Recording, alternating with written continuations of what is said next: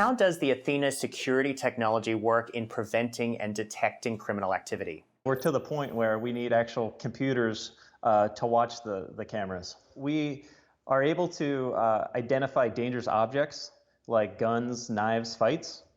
And we can also identify behaviors like the fights, like the draw of a weapon, in order to understand what someone might be doing with it.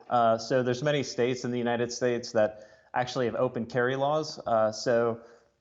Within specifically the U.S., we have different ways of dealing with, is the gun on a holster and in a police officer's holster, or is it being pulled and actually about to be used? So we're able to really dial in our object detection and combine it with behavior detection, so that then we can notify the proper authorities and send that picture, which is worth 1,000 words, and get dispatch and police and first responders to the scene of the crime and eliminate that threat.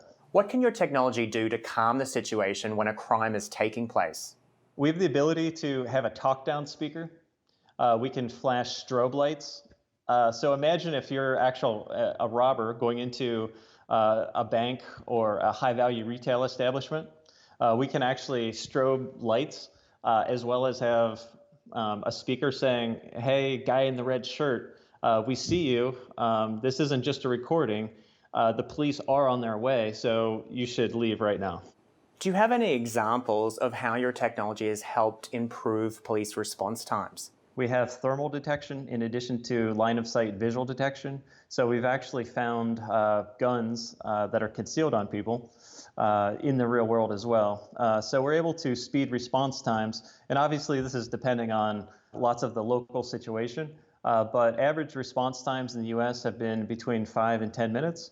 And we think with this kind of alert system, we can speed that up about 50%. There's a lot of controversy around facial recognition because the general public feels that it could infringe on their civil liberties. How do you go about balancing the privacy of the general public while ensuring that you're addressing criminal activity? We don't participate in large amounts of data gathering. We're not collecting lots of information from people per se. The Athena gun detection system is simply looking, is there a gun or a weapon on this person or not? So that totally steers clear of any kind of personalization.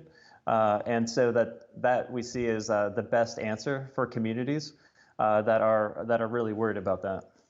There's always a risk of sensitive data being hacked. How do you go about protecting all of the information that you collect, making sure that it's protected and safeguarded? So we keep all data on premise.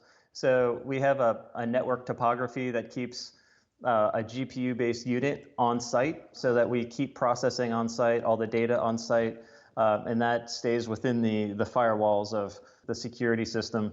And so we're not exposing your data to the internet in the real world.